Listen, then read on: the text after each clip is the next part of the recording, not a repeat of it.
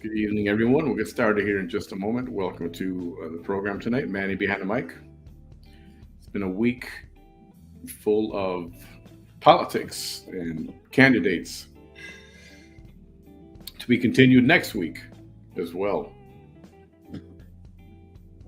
For those of you local who are into the Brownsville politics, we will have,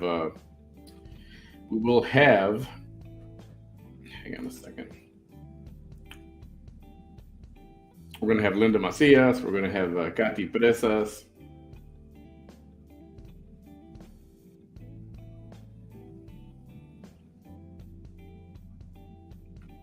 Oops.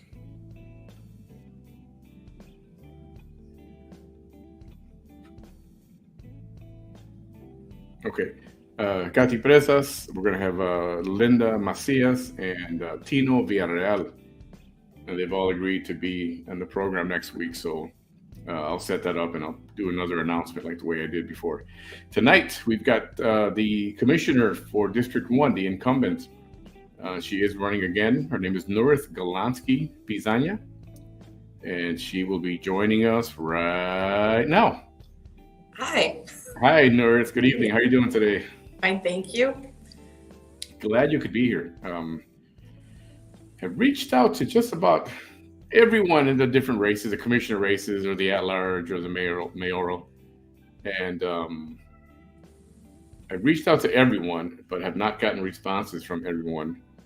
So I don't know what their plans are or whatever, but I'm glad that you agreed to come on and just get people to get to know you a little bit and, discuss the campaign a little and what's been going on and stuff.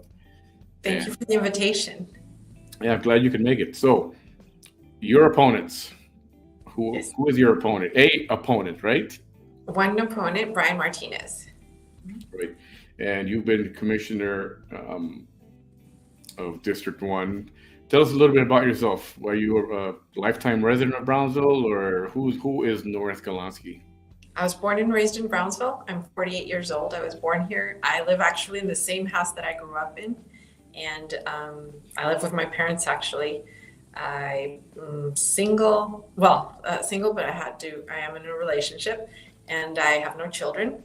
And I've been the District 1 City Commissioner for the past 3.5 years. And it has been a really great experience, one that I wouldn't trade. I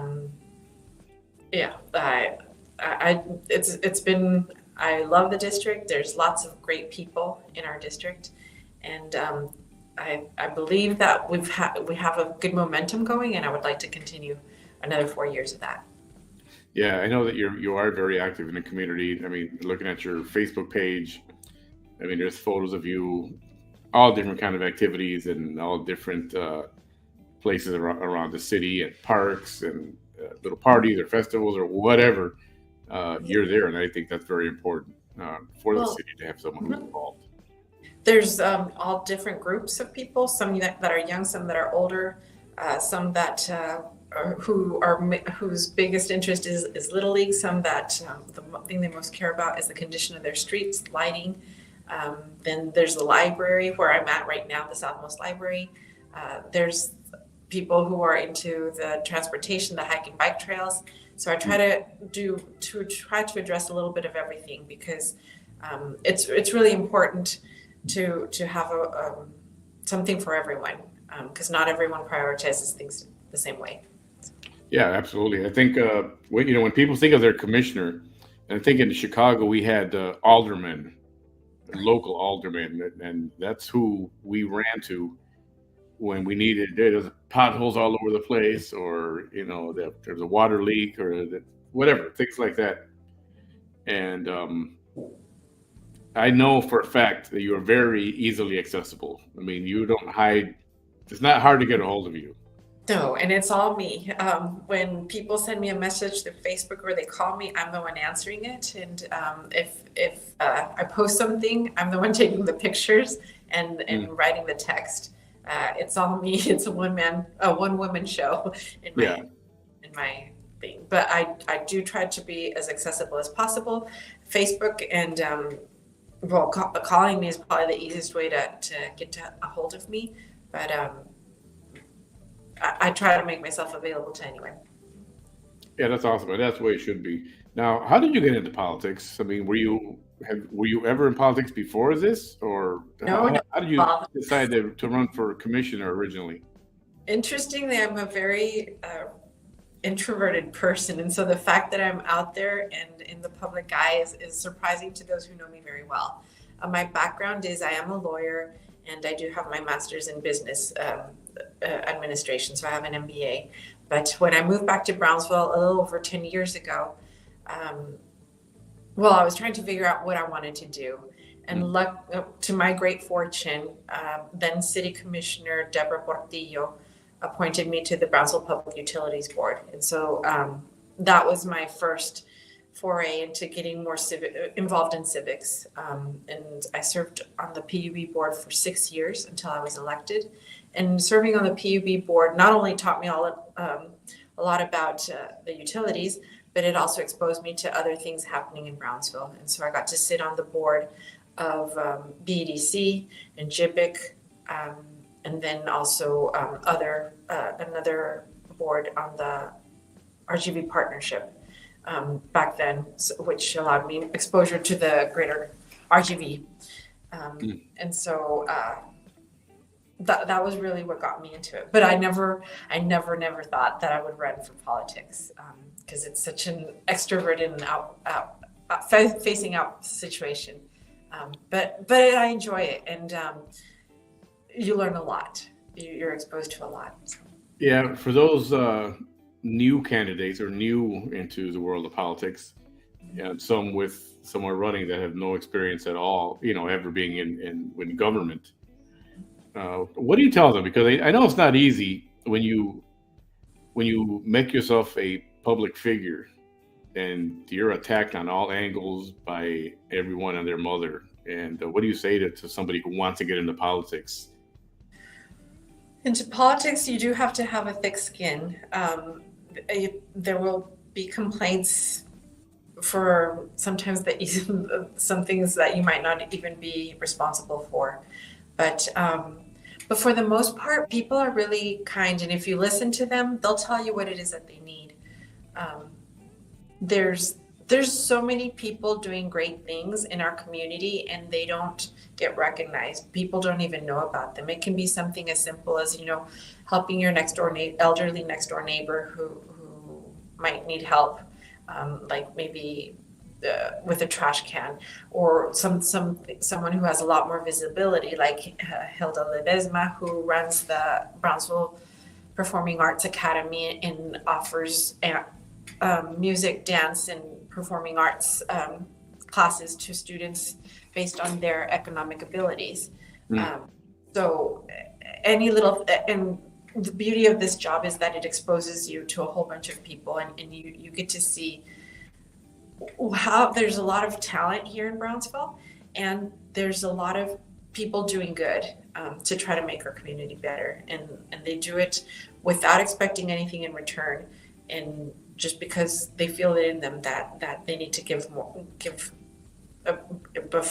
ahead to other people. So, what has been your looking back since you got started, once you were appointed, what's been your, or not appointed, you were you elected, what's been your biggest challenge at being on the commission thus far? Biggest challenge, I mean, we won't always agree, and but I guess in that respect, my training as a lawyer helps me. I started out as a defense attorney when I started out my legal career. And then I went to business school. Then I came back to Brownsville for like 4 months, and then decided I wanted to go back. So then I became a prosecutor, and being a prosecutor more than anything, it really helped me develop a thick skin, because in one case you and I might be aligned and we're seeing things eye to eye, but in the next one you're representing the opposition, and you just don't take it personally.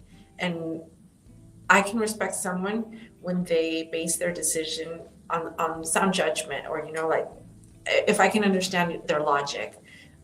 So when there's disagreements, I don't take it personally. If you don't make it personal, if you feel strongly about something a certain way and I feel strongly about it the other way, that's fine. And I actually respect you if you defend your position, right? And you don't cower to it. So, but not a lot of people see it that way. And they feel that you have to align with them, which no, because we see things differently, and we might be representing different interests. So yeah, I think that's a challenge for some. So I've talked to a few candidates already. What do you feel is one of the bigger issues going on in the city right now that's a problem? I think a large part of our population of Brownsville residents have a major distrust for elected officials and for certain board members. I can understand why there's a distrust, because a lot of times we don't get the full picture of what's going on, especially if you're only tuning in every so often. For example, the PUB issue about the higher electric bills. Yeah. A lot of people don't understand that water and wastewater are separate, that for the longest times PUB was subsidizing the fuel surcharge, that the TNASCA rates were being then put back into stabilize people's electric bills. And so there's all these things that most people are not aware of because they're not on top of everything. Right? You have a busy life. You're busy with your work, with your family, your personal life. And so all of a sudden you might just notice, your electric bill's going up and up, and you don't know why. Well, they might not have been privy to all of the PUB meetings, or they're not privy, for example, to, they're not watching the city commission meetings about how it was decided that the fuel surcharge wasn't going to be subsidized anymore because they couldn't afford to do it. And so then it's very easy to distrust and say, well, they didn't tell us, or they're just doing it because they're going to benefit themselves. And that's the distrust that people have, I think, is one of the most harmful things to our community. And the only way to do it is to keep communicating, but we also need people to get involved and to get engaged. Don't just wait until the information is fed to you. You also need to be proactive as an individual, as a citizen, and things like that. Yeah. So what do you say to? I mean, obviously, like you said, pretty much the hot topic now is the audit that happened. With the board and the $179 million that is somewhere, and PUB has said they will be issuing credits, I believe. Well, at least that's what they're working on, right? Mm-hmm. They will be reimbursing the $29 million that they have held in escrow for the plant. Yes. And we don't know how much that's going to be. Are they still working that out? Is it going to be set aside? They're just figuring out how to return it to individuals, because, for example, you or I who only have one home, and maybe it's a normal sized home, we're not paying as much as, say, BISD, who has all these campuses and stuff. Like a smaller house compared to one of those huge houses, the reimbursement is going to be different. So they need to figure that out as best as they can.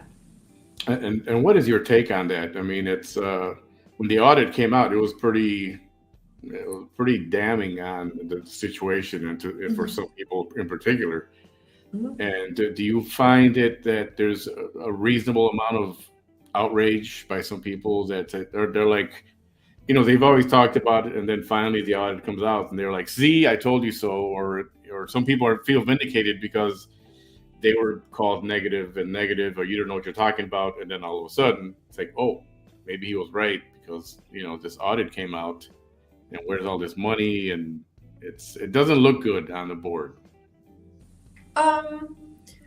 Well, we need to keep in mind that the current board had nothing to do with Tenasca. It's a problem that they've inherited. Even when I got appointed to the board, the decision to go into Tenasca had already happened before I got appointed to PUB. So I would like to make that clear. The decision to go into Tenasca was also made by a previous city commission. That the only two that remain are Dr. Gowan and Jessica.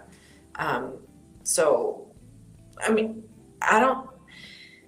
from my perspective and what I know, you can't really just point the finger at one person. It is a problem, and the audit report shed light on things that definitely needed to change. For example, when they said that the board was not receiving the full information, or that the city commission was not giving all full information, that they were only given one side of the story. Yeah.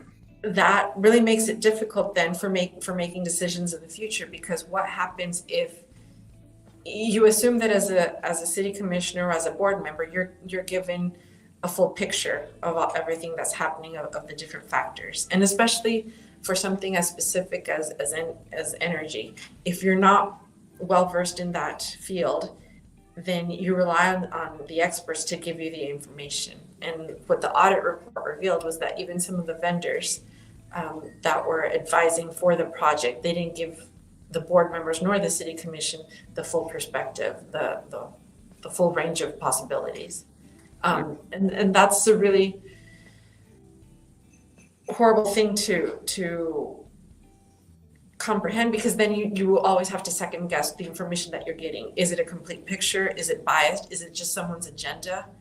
And I mean, when you're on a board, for example, when I was on the PUB board, you assume that they're telling you the information, that they're telling you what is best, right? That they've weighed all the pros and the cons, especially because they're in the business and they know more. Sure, then I have the responsibility to make a decision. Is what they're telling me, does it make sense or not?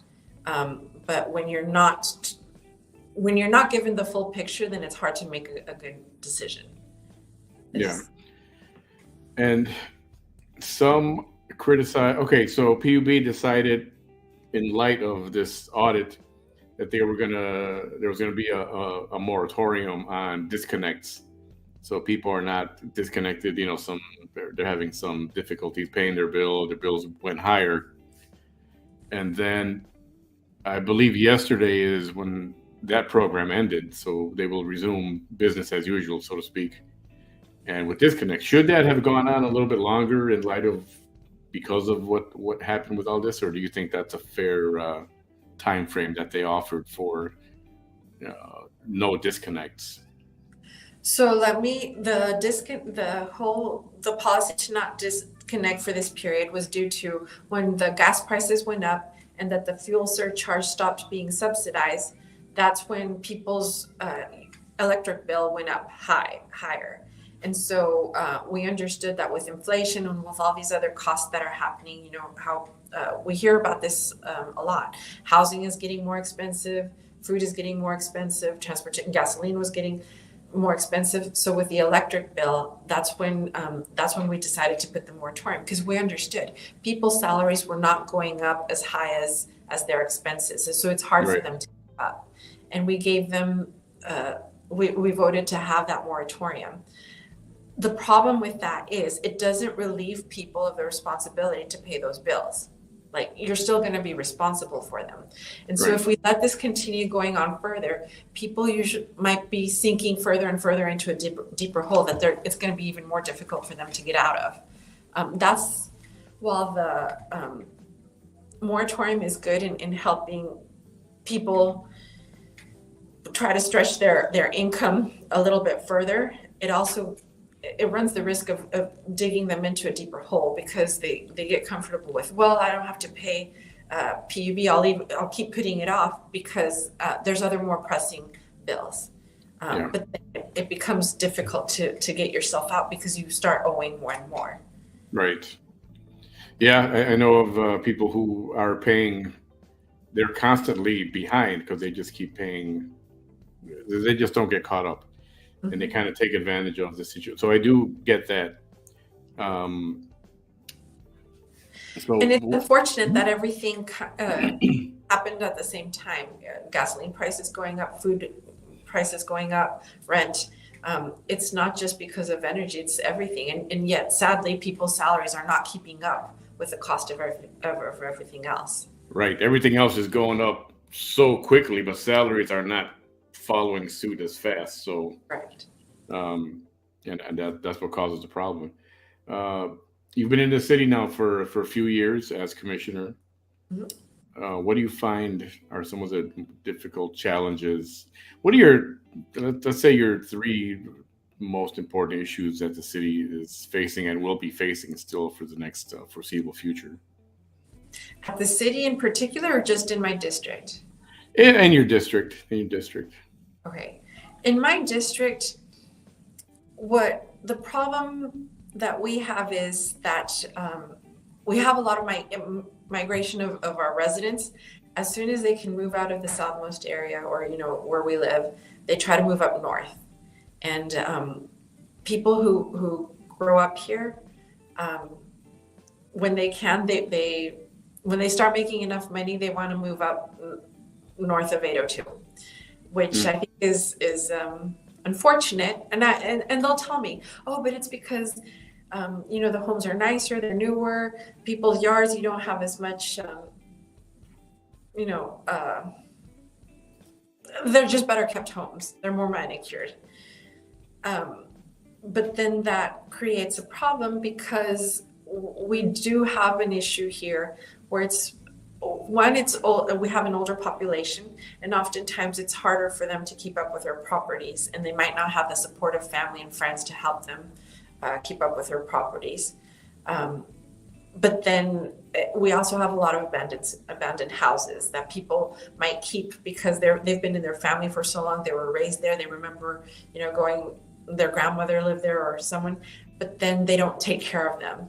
And when you live, say, in North Brownsville, but you have properties here in this area, unless you're coming to visit them like every week, which most people don't because you get tired, busy, living your own life, working and stuff, then it becomes a nuisance for the neighbors because you let the grass grow really high. It starts becoming an infestation of rodents. And those are some of the things that,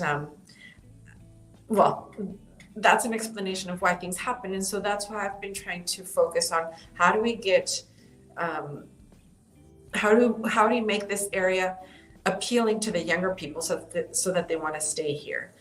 And another way this manifests itself is, remember right before the pandemic how BISD had to close 3 elementary schools because they didn't have enough population.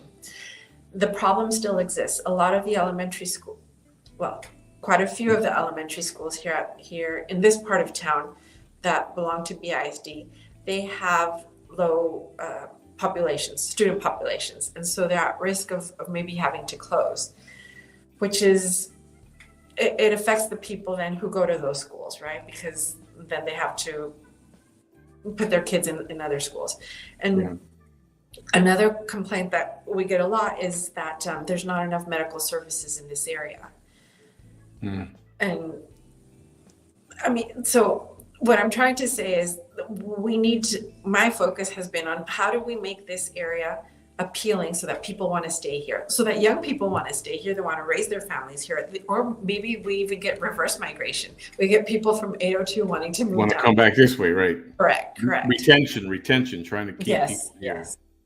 And quite frankly, I think, well, those of us who live here know how great it is, because we have it all. And you really do here more than in other parts of the city. You know your neighbors.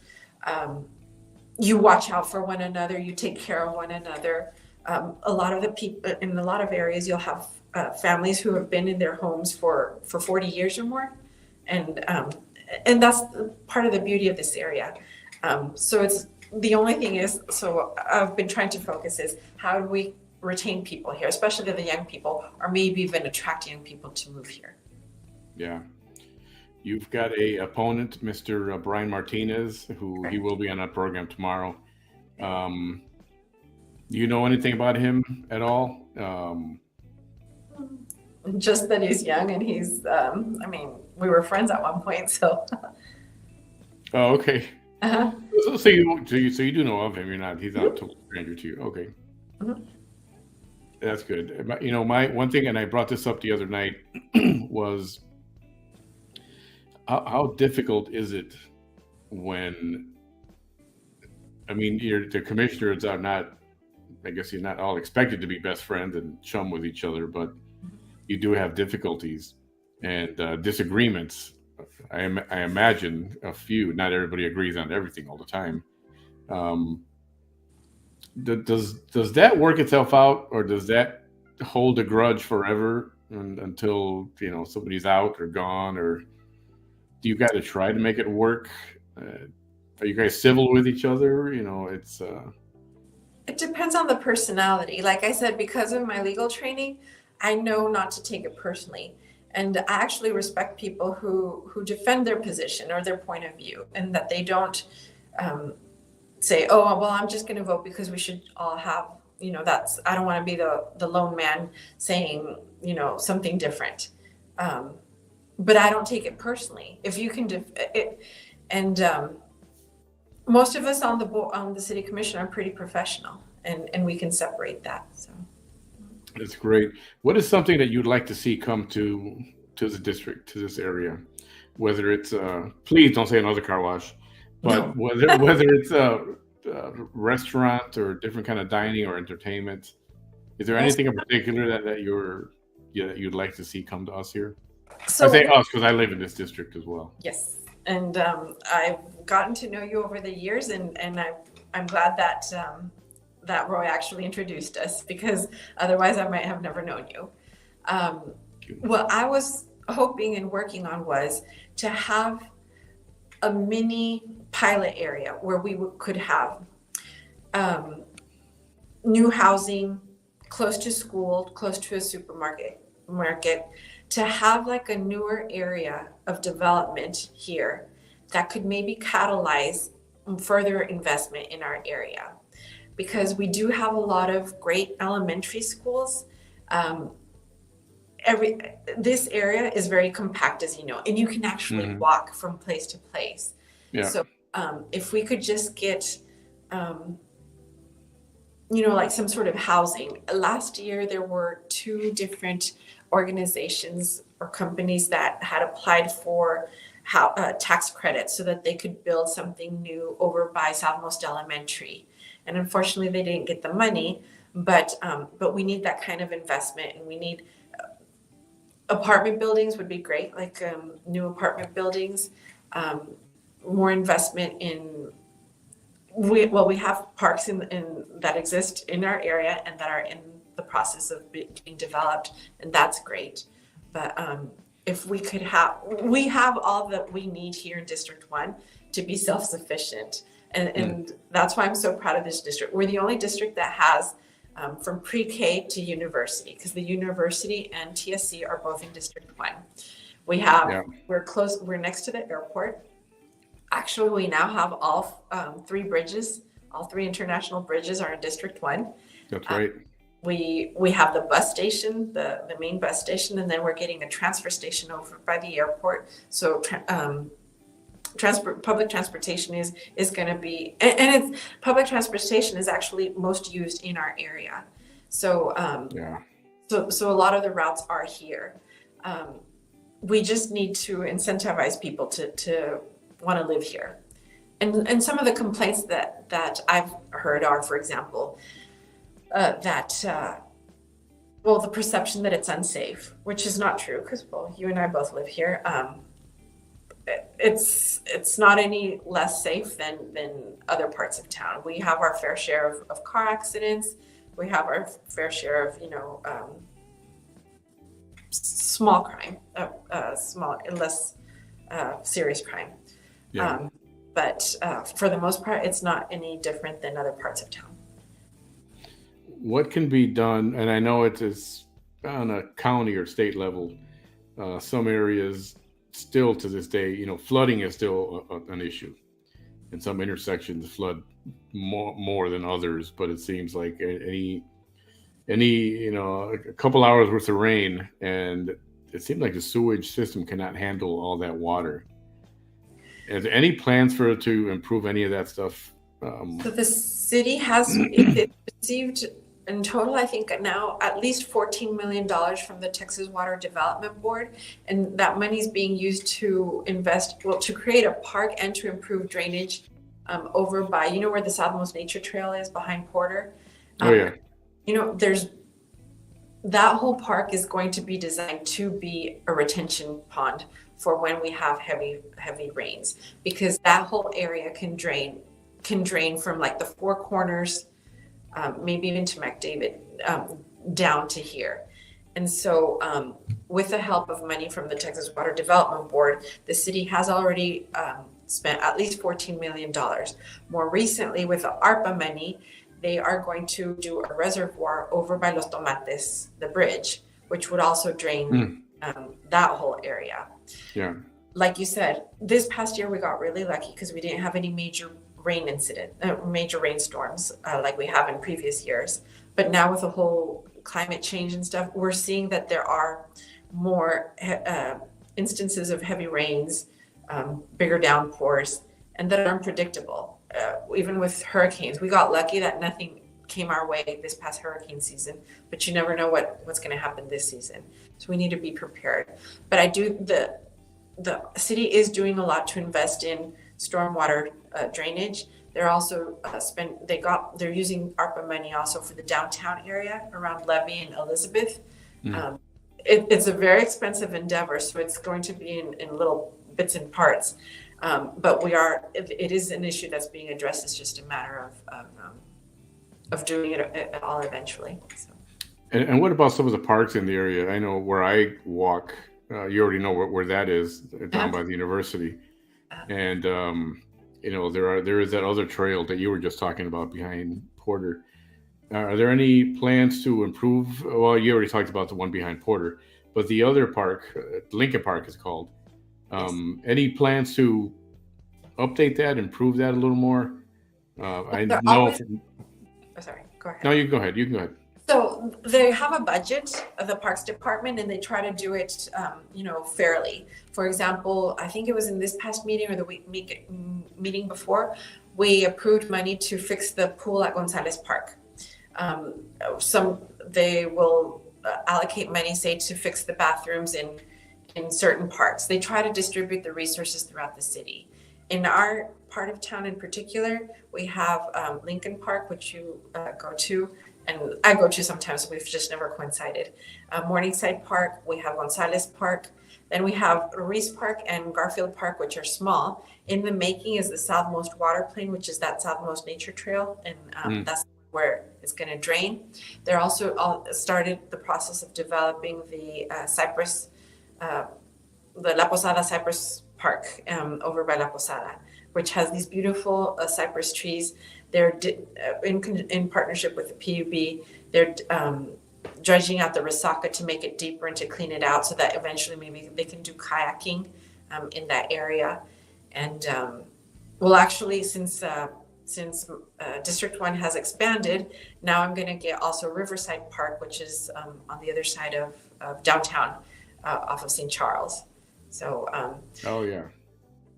The Parks Department has a budget. We wish it were even bigger, because the maintenance and upkeep is pretty high, and we understand that, and we're not making excuses for it. It's just that we have to share the resources across all the parks in the city. On top of that, I'm not sure if you're aware, but this summer and next summer, Brownsville will be the host for the Texas Summer Games. And so it'll be the last weekend of July. They'll be having thousands of people descend on Brownsville at the last week of July. So there will be hotels, restaurants, and games galore, which is nice because it'll give us more exposure on a statewide basis when we have people from all over the state come visit us to have their mini Olympics here. So that's another thing that the Parks Department is focused on right now.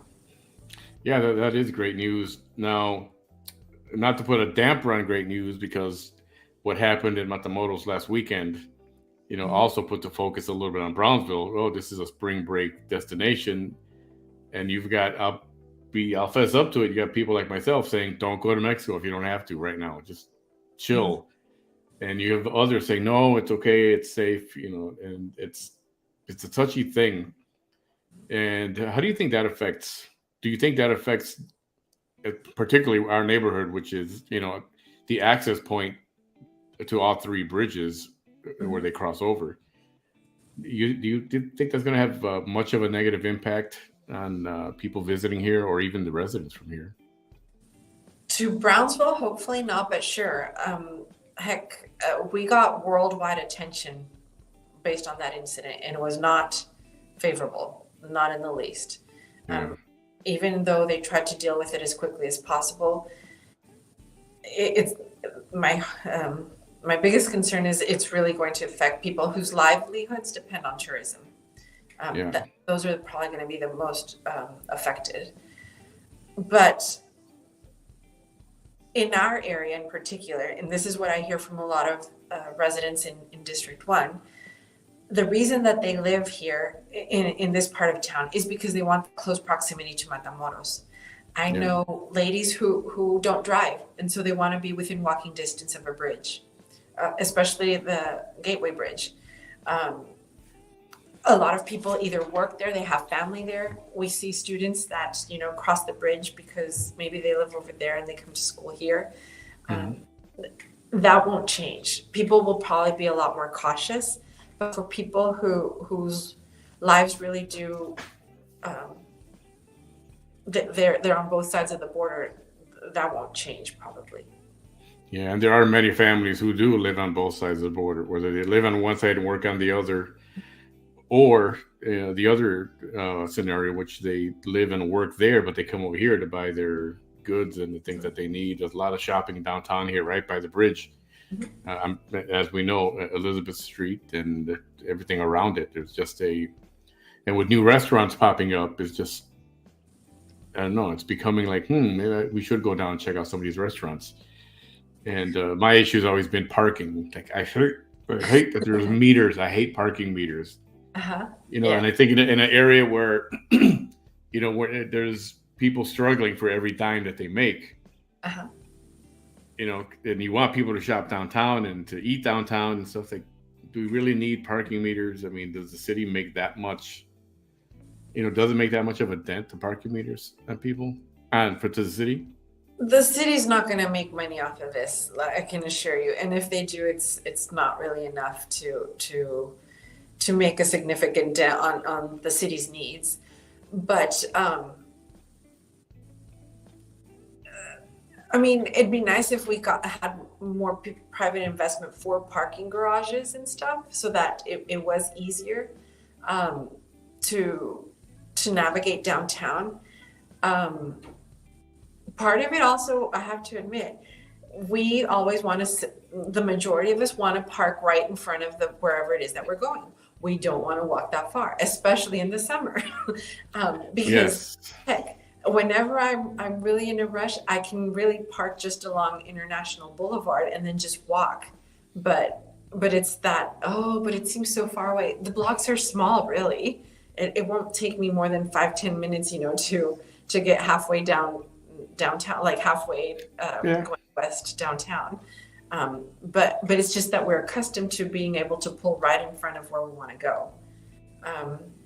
This is true too. But just like when people at Walmart, they want to park inside the store. They don't want to walk, Yes. you know, Uh-huh. a 1 minute walk from further down the parking lot. Uh-huh. And you're right. In the summertime, July, August, and it's very humid and it's really hot in the sun. It's for some people it could be difficult Mhm. to have to walk a few blocks. And there is a parking garage, right? There is a parking garage. I think it is fully occupied though. So we need more of those, actually. Yeah, absolutely. What do you tell someone? Starting in an effort to start to wrap up. Somebody doesn't know you.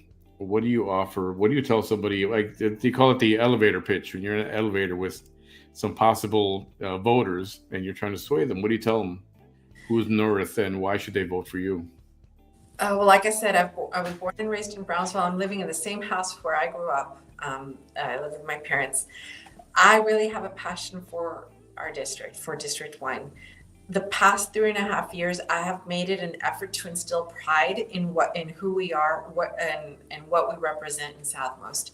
And I don't mean to draw too much attention, but I tried to give the citizens the representation that they needed. If you call me and you say you want this, I will submit the request right away. You deserve to be heard. You deserve to have someone advocate for you. And that's what I've tried to do the past 3.5 years. And I might not be able to get everything done, but I have tried to do something. And like I said, it's not just about fixing roads or fixing the park. You have to do it all, right? One of the things that I don't know that many people are aware of, we have a high rate of Alzheimer's and dementia in our area. And there's doctors at the university, the UTRGV, that are studying that and trying to find ways how to reduce the incidence of that. We need to be working with the university, with people who are trying to, with the School of Public Health, with all these other people that are interested in helping our community to overcome some of these challenges that we have more than other communities. So we can't just focus on one thing. We have to do it all, and we can't be burning bridges. We have to hold hands and do it all together. So that's what I try to do. I try to build partnerships, work with people. If someone offers training for students, for example, so that they can maybe qualify for a better paying job, come on over. If you need space, let me help you find space so that you can give the classes. Do you need students? Let me help you promote your program. That's the kind of leadership that I think we need. And that's what I've tried to do the past 3.5 years. And I would love to do it for another 4 years because we still have so much more to go. Yeah. What is your take on SpaceX now? It's been some time has passed. They've been here and they're doing, Elon Musk is just a genius, and the things that are happening there. I know some people complain about the environmental aspect, and the access to the beaches is closed at certain times, maybe a little more often than was originally talked about. Mhm. Do you feel that the everything that went down with Elon Musk and SpaceX has been ultimately beneficial? Do you think we're falling short somewhere, maybe, as far as a return to the community? I've heard there's both sides of the coin on this one. Whereas SpaceX has opened up a whole new field of study for students in high school and college. They're now more and more interested in space exploration and all these space jobs. At the same time, I've had people, residents, constituents of mine say they're concerned because of the influx of people. It's making it more and more expensive to live here in Brownsville, and they're afraid that they're going to be priced out. So, and then there's also, like you said, the environmental concerns. We have a beautiful beach in Boca Chica Beach, and so a lot of people are concerned about the launches, how it's going to affect the ecosystems that are around Boca Chica Beach. Those are all legitimate concerns. and we have to find a way to try to balance things I can't say only one position is right versus the other. They're all legitimate and very valid concerns. And so we have to find a way to bring a balance and try to address everyone's needs and concerns. Yeah, and I know at one point, and it's still happening, if I'm not mistaken, SpaceX needs more land. So I know there are properties that they're still trying to acquire and trying to purchase from the residents of the area. Do you think they've been fair with their offers to purchase homes just so that because they need what they need? I wouldn't know because I don't know how it's been offered, and I don't know which home. I think you would have to say that on a case by case basis. Yeah. The I think they were saying that he was offering double whatever the market value of the home was. In some cases, it was triple, depending on how close they were or where the property was located. And you have that community that was right by there who just did not want. There's some people that are just holding out, and in the name of progress, it's a touchy thing. I could see where they shouldn't have to move if they didn't want to, but eventually I think money will prevail because everybody's got an amount, right? Yeah. I was more referring to, actually, this was during the pandemic. One morning, I usually go to the gym at 6:15. You probably know this about me. I go to the gym at 6:15, and then usually when I'm done, I'll go to a park or I'll go somewhere and walk, and it's an opportunity to see what needs to be changed or what needs to be fixed. So one day, this would have been like 2 years ago, I was walking in Lincoln Park, actually, and a gentleman started speaking with me. He was a retired electrician. He's probably not that much older than me. He started out young and he did well for himself. He has a little second home in Florida somewhere. He lives in our district, and he and I were talking. He has, I think it was 3 or 4 children. One is a school teacher. He has a son who works for the police department, and then I think his youngest daughter, she was living with him and she was looking to buy a home for herself. This would have been maybe like a year into the pandemic. And she had looked at a house and it was one price. When she went back to look at it a few months later, it was like $100,000 more. Mm-hmm. And his whole concern was, how are we going to be able to afford this, right? Like the salaries are not keeping up with these prices. Yeah. And like he has a really comfortable life, right? Like he spends part of his time here and then he goes to Florida to his second home. He's retired. He's not even 60 yet. And I think some people, they feel that SpaceX prices them out because there's not as much inventory for housing. There's not as much affordable housing. And so for people who, I especially get worried about single income households. When you might have either one parent with children, they have to make their salary stretch, for housing, for health. That's why most people don't have health insurance, because it's just too expensive, right? And so those are the people that I worry about. And when we don't have, when even to rent is very expensive, most people will tell you it's like over $1,000 to rent an apartment. Not many people can afford that here. So it's a very legitimate concern, and I worry about with him. I do think we need to make more of a priority to create more affordable housing for our residents. Absolutely. The healthcare is also an issue. From your experience, with the number of migrants that have been coming over, and if they do come through town, I don't know that they stay here, but they do come through here. Has that, from what has that affected, is our healthcare system taking a hit from being overloaded? Are we being overloaded? I mean, at one point I know they were, especially during COVID. During COVID, yes, but that was more because also the need, and everyone was so taxed out, and people, I understand people got to a point where they didn't want to follow social norms.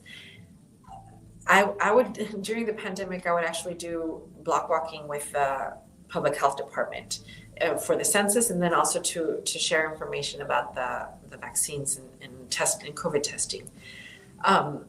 And even at the height of the pandemic, before the vaccines came out, people were still gathering together because by nature we're very social people, especially in our area.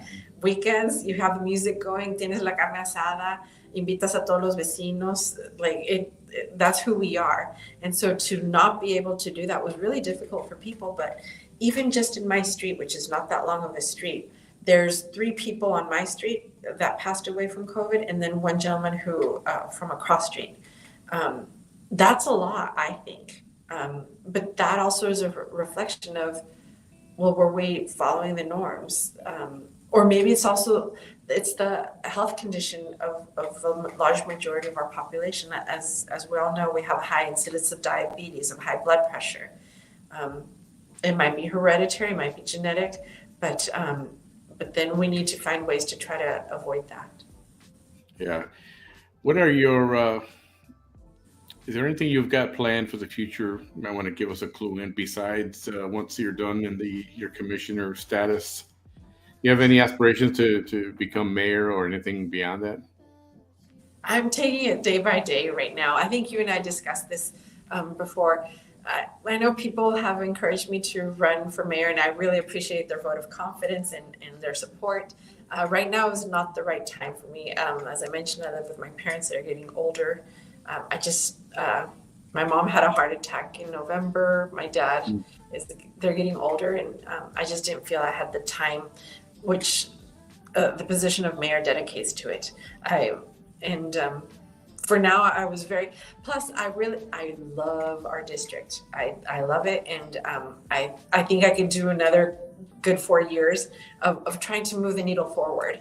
And so I wanted to finish that before I move on to anything. And well, I mean, in 4 years, I'll be 52. So who knows? I mean, it's not that old, but I'll consider it once we get closer to that. Yeah, I think, normally in life, you want to, whether it's a job, you want to keep stepping up, going up the ladder. And I guess we'll see what's going to happen there.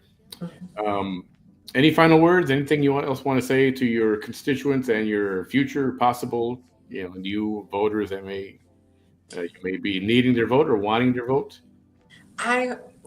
Honestly, I've tried my best to do something for everyone.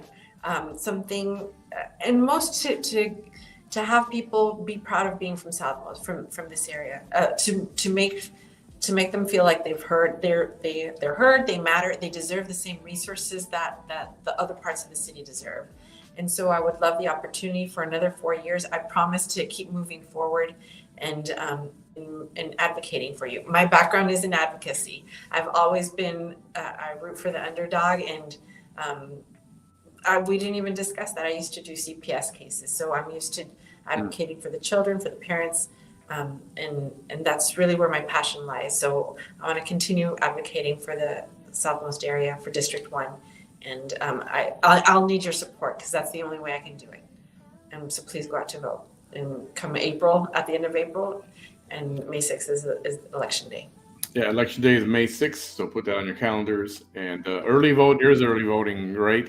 Yes, I think it's April 24th through the 2nd of May. So that's really right around the corner. So less than 2 months. So yeah, definitely. Well, I do appreciate you coming on, and we look forward to having you again, perhaps maybe before the election one more time. If you don't know about Nurith Galonsky, you can watch this program. You can reach out to her on Facebook, your Facebook page. Do you have a page for your commissioner seat? I have 2 Facebook pages. One is a personal one, and one is the city commissioner one. I try to keep them both the same because at least there's a lot of overlap.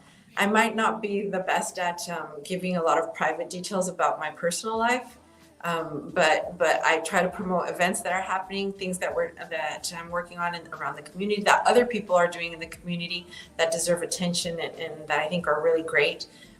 So there's a lot going on in Brownsville. Really great people here doing great things for our community, and we just need to promote it and actually, support them and go out and go to their events, give them a high five for what they're doing. Yes, definitely get more involved. I think we'd all be better off with more people giving into their community. Ms. Nurith Galonsky, thank you for spending some time with us. Hopefully people got to know you a little more, and this will be watched, on replay over again. Anytime you want to come back, you let me know. My door is always open. I tell this to all the candidates, and I'd be glad to have you back. Thank you for the invitation, and thank you for letting me be on the show to share a little bit about myself. You are very welcome. We appreciate you. Everyone, thank you for tuning in. Any questions you have, you can send them to me. If you have questions for her, send them to me, or you can look her up, Nurith Galonsky, and on Facebook. And I can vouch. She does get back to you, and she does return calls or return messages. So, and that's something I find very important. I find it very annoying when you try to reach out to someone, especially someone in your position or in City Hall or somebody that's supposed to be working for you, and they don't respond to you. That's I don't like that at all. So, and if I don't answer right away, it might be that I'm in a meeting and I can't really take a phone call. Like earlier today, I was at something and someone called me and I couldn't answer, but I try to call you right as soon as I can. Yeah, and she will. So if you have a question for her, reach out or send me a message and I can reach out to her.